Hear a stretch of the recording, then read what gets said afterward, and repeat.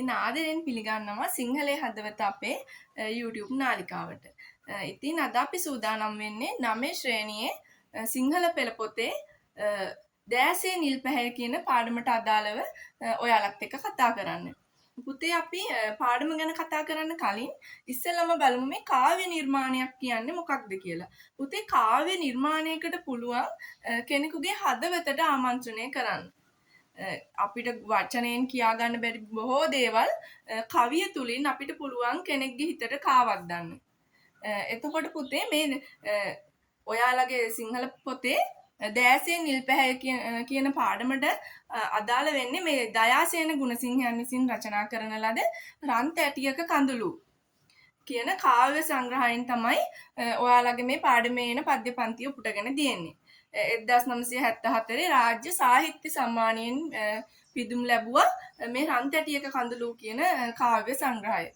පුතේ කවියක් කියන්නේ අපි ගොඩාක් දුරට සාමාන්‍යයෙන් වචන පෙළියක් අහනවට වැඩිය අපි කවියක් රස විඳීම තුලින් අපිට ගොඩාක් ලොකු ජීවිත අවබෝධයක් ලබා ගන්න පුළුවන්.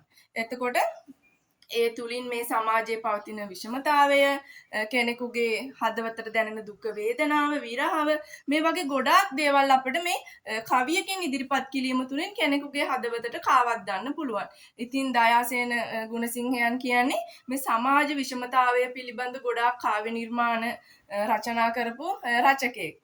ඉතින් පුතේ මේ දෑසේ නිල් පැහැය කියන මේ ඔයාලගේ සිංහල පෙළ පොතේ සඳහන් වන පාඩමේ සඳහන් වෙන්නේ මේ සමාජ විෂමතාවය පිළිබඳව කියවෙන කවි පන්තියක්. ඉතින් අපි රස විඳමු මේ කවි පන්තිය ඔයාලගේ හදවතට කොහොමද ඒක දැනෙන්නේ කියලා බලමු.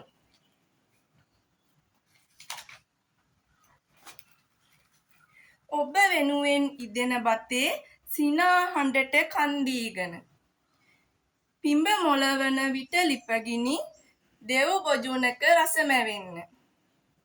දෑසේ නිල් පැහැය දැවි සෙමෙන් තුරන් විය නොදැනීම. පුතේ දැන් මේ නිසදැස් ආකාරයෙන් තමයි මේ කාව්‍ය නිර්මාණය සිද්ධ කරලා තියෙන්නේ. ඉතින් පුතේ බලන්න මේකේ පළවෙනි පද්‍ය කොටසෙන් මොකක්ද මේ කියන්නේ කියලා. ඔබ වෙනුවෙන් ඉදෙන බතේ සිනා හඬට කන් දීගෙන. පුතේ අපි දන්නවා බත් එකක් ලිපේ ඉදෙනකොට මේක ගොජ ගොජ ගාලා සද්දය ඇහෙනවා බත් එක උතුරගෙන එනකොට. ඉතින් මේ පද්‍ය පන්තියෙන් පුතේ කියවෙන්නේ දුප්පත් කාන්තාවක්. ඒ කියන්නේ බිරිඳක්. බිරිඳක් මේ සිදු කරන කාර්යයන් ආශ්‍රයෙන් තමයි මේ පද්‍ය පන්තිය නිර්මාණය කරලා තියෙන්නේ. ඉතින් මේ බිරිඳ තමන්ගේ ස්වාමි පුරුෂයාට කන්න තමයි දැන් ඔන්න මේ බත් එක ලිපේ තියලා තියෙන්නේ. ඔබ වෙනුවෙන් ඉදෙන බතේ සිනා හඬට කන් දීගෙන. පුතේ මේ බත් එක ගොජ ගොජ ගාලා උතුරන සද්දේ. මෙයාට ඇහෙන්නේ මොකක්ද? මේ සිනා හඬක් වගේ මේ තමන්ගේ ස්වාමි පුරුෂයා වෙනුවෙන් මේ ඉදෙන බතේ සිනා හඬක් වගේ තමයි මෙයාට මේක ඇහෙන්නේ. පුතේ දැන් ගෙදරක අම්මෙක් අපි විනාඩි 5න් 10න් බත් එක කනවා තමයි. ඒ වුණාට මේ බත් එක උයන්න ගෙදර අම්මා ගොඩාක් මහන්සි වෙනවා. පැයක් දෙකක් දැන් උදේට උයනවා නම් ගොඩාක් නිදි මරාගෙන ගොඩාක් මහන්සි වෙලා දැන් දුප්පත් පවුලක කෑම උයන්නේ කොහොමද? දර ලිපේ තමයි උයන්නේ. එතකොට මේ දර ලිපේ උයනකොට පුතේ ගොඩක් වෙහෙස මහන්සි වෙලා තමයි උයන්නේ. ඉතින් දැන් මේ බිරිඳත් මොකද කරන්නේ? මේ බත් උයනවා තමන්ගේ ස්වාමි පුරුෂයාට. පිඹ මොළවන විට ලිපගිනි දෙව් බොජුනක රසමැවෙන්න. දැන් පුතේ දර ලිපේ උයනකොට මේ ලිප නිවෙනවා. එතකොට මොකද්ද කරන්න ඕනි? මේ ලිප ළඟට කිට්ටු වෙලා මේ ලිපට පිඹින්න ඕනේ. එතකොට තමයි ලිප නැවත දැල් වෙන්නේ. එතකොට දුම ඒ දරවල තියෙන දුම මූණට වදිනවා. ඉතින් දැන් මෙයා මොකද කරන්නේ? මේ අමාරුවෙන් ලිප පත්තු කරනකොට මෙයා මොනවා කියලාද ලිප පත්තු කරන්නේ? පිඹ මොළවන විට ලිපගිනි දෙව් බොජුනක රස විඳින්න. මේ දේවි බොජුනක රස ලැබෙන්න කියලා තමයි මෙයා රස මැවෙන්න. සමහර විට දැන් මෙයාලා ගොඩාක් දුප්පත් පවුලක්. සම්බෝලයක් එක්ක වෙන්න පුළුවන්, නැත්නම් ලුණු ටිකක් ඉහාගෙන වෙන්න පුළුවන් මේ බත් එක කන්නේ. ඒ වුණාට මෙයා මොනවා කියලා හිතාගෙනද මේකට මේ ලිප පත්තු කරන්නේ? දිව්‍ය භෝජනයක රස මැවෙන්න ඕනි කියලා තමයි මෙයා මේ ලිප පත්තු කරන්නේ. එතකොට මොකද පුතේ වෙන්නේ? දෑසේ නිල් පැහැය දැවි සෙමෙන් තුරන් විය නොදැනීම. පුතේ අපි අහලා තියෙනව නේද කාන්තාවන්ගේ ඇස් නිල් පාටයි කියලා. ඒ කියන්නේ කාන්තාවන්ගේ ඇස් පුතේ හරි ලස්සනයි. දැන් මේ කියන කාන්තාවක් පුතේ මෙයාටත් ලස්සන ඇස් දෙකක් තියෙනවා. ඉතින් මොකක්ද වෙන්නේ? මේ ලිප ළඟට ගිහිල්ලා ලිපේ ගින්දර මොලව මේ උයනකොට මොකද වෙන්නේ? අර ලිපට පිඹිනකොට ඇස් දෙකට දුම වදිනවා. මෙයාගේ මේ දැසේ තියෙන නිල් පැහැය සෙමෙන් තුරන් වෙලා යනවා මෙයාවත් දන්නේ නැතුව.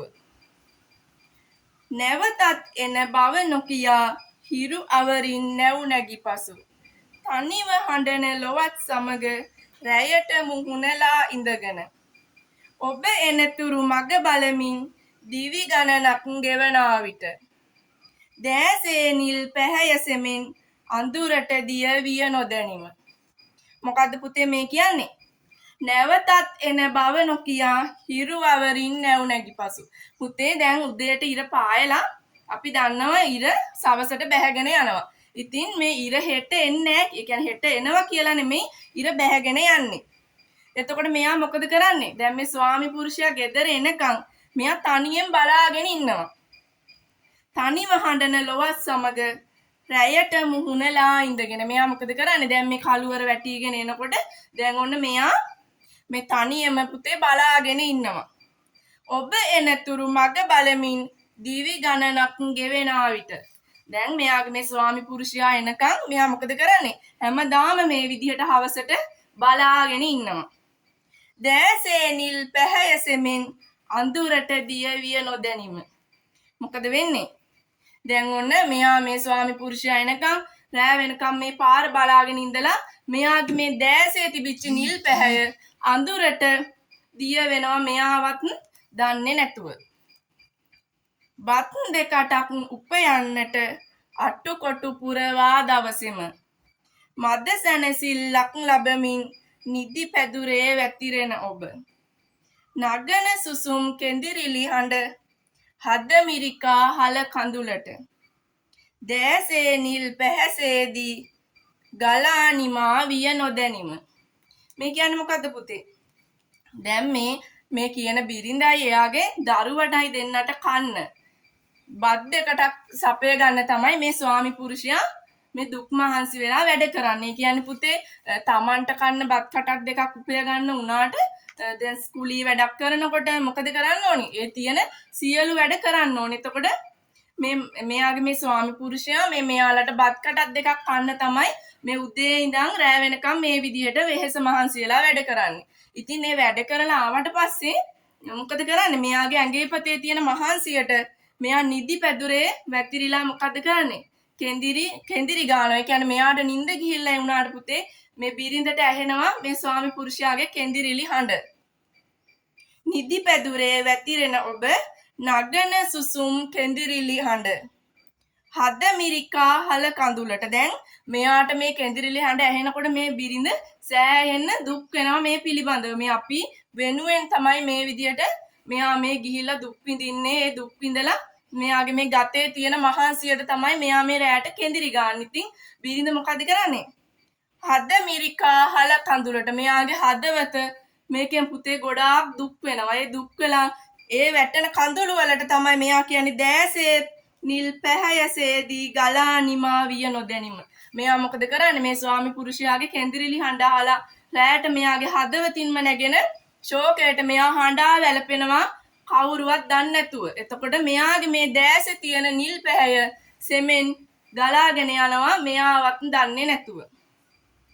නිල් ඉඳුවර නිලේ අරුම ඈත දියඹ නිලේ වරුණ යොවුන් වියේ නිල් දැසට උවම් නැතයි කී හිමියෙනි. අතීතයක් ගැන සිතමින් මගේ දැස දෙස නොලබා අනාගතය දෙස යොමු වූ දුවගේ දැස දෙස බලන්න. මොකද්ද පුතේ මේ කියන්නේ? නිල් ඉඳුවර නිලේ අරුම ඈත දියඹ නිලේ වරුණ. පුතේ මේ කියන දෙන්න මේ ස්වාමි පුරුෂයයි බිරිඳයි ආදරය කරන කාලේ මේ ස්වාමි පුරුෂයා මේ බිරිඳට කියන්නේ නැති ඔයාගේ ඇස් දෙක නිල් පාටයි හරි ලස්සනයි ඈත දියඹ වගේ කියලා. පුතේ කාන්තාවන්ගේ ඇස් නිල් පාටයි ලස්සනයි කියලා මම කලිනුත් කිව්වනේ. එතකොට මේ ස්වාමි පුරුෂයාත් පුතේ කියන්නේ නැති මේ බිරිඳට ඔයාගේ ඇස් දෙක හරිම ලස්සනයි, ඔයාගේ ඇස් දෙක නිල් පාටයි, මේ වගේ මෙයාලා ආදරය කරන කාලේ හරිය ආදරෙන් ඉන්නේ නැති. ඉතින් දැන් මේ බිරිඳ මොකද කියන්නේ? මගේ ඇස් දෙක ඔයා ඒ දවස්වල හරි ලස්සනට වර්ණනා කරා. මාව ලස්සනට තියන්න ඔයා ගොඩාක් දුක් මහන්සි වුණා. ඒ වුණාට අපිට ඒ තැනට යන්න බැරි වුණා. මොකද කියන්නේ? ඔයා මගේ ඇස් දෙක ඈත දියඹට උපමා කරා. ඔයා මගේ ඇස් දෙක හරි ලස්සනට වර්ණනා කරා. අපි ලස්සන අනාගතයක් වෙනුවෙන් හීන මැව්වා. ඒ වුණාට අපිට ඒ හිතපු තැනට යන්න බැරි වුණා. ඉතින් අතීතයක් ගැන සිතලා මගේ ඇස් දෙක දැන් මෙයාගේ ඇස් දෙක පුතේ ගින්දරට, කඳුලට, අඳුරට හුරු වෙලා මෙයාගේ ඇස් දෙකේ තිබ්බ නිල් පාට මැකිලා ගියා. ඉතින් මෙයා කියනවා මේ අතීතයක් ගැන හිතන්නේ නැතුව අනාගතය ගැන හිතලා මගේ දැස දිහා බලන්නේ නැතුව අපි දෙන්නගේ දුවගේ දැස දිහා බලලා අපි එයාගේ අනාගතය හදමු කියලා මේ බිරිඳ අවසානෙට කියනවා. අපි දෙන්නම එකතු වෙලා අපි දෙන්නගේ දුවගේ අනාගතය ලස්සන කරමු. මේ පසුගිය අතීතයක් ගැන හිතලා දැන් දුක් වෙලා වැඩක් නැහැ කියලා පුතේ මේ බිරිඳ අවසානෙට කියනවා.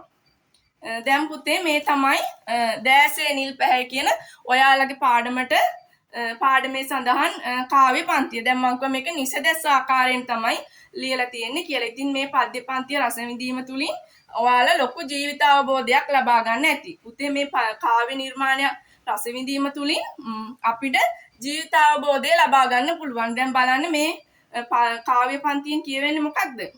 මේ සමාජයේ තියෙන විෂමතාවය. දැන් බලන්න පුතේ අපේ මේ සමාජයේ විෂමතාවයක් නැත්තම් අපි හැමෝටම එක විදිහට ඉන්න පුළුවන් නේද?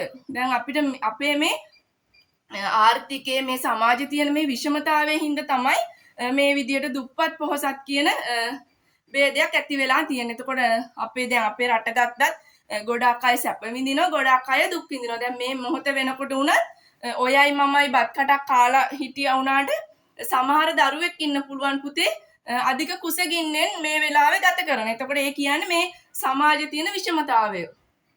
එතකොට මේ කාව්‍ය නිර්මාණය තුලින් මනාව පිළිබිඹු කරනවා මේ අපේ සමාජයේ තියෙන විෂමතාවය. දැන් මේ දුප්පත් පවුලක මේ දුප්පත් ගැහැණියකගේ හිතේ ඇතිවන හැඟීමක් තමයි මේ කාව්‍ය නිර්මාණය තුලින් ඔයාලට ඉදිරිපත් කරන්නේ. ඉතින් මම හිතනවා මේ කාව්‍ය නිර්මාණයේ රස විඳීම තුලින් ඔයාලට ජීවිතාවබෝධය ලැබෙන්නේ නැති. ඒ වගේම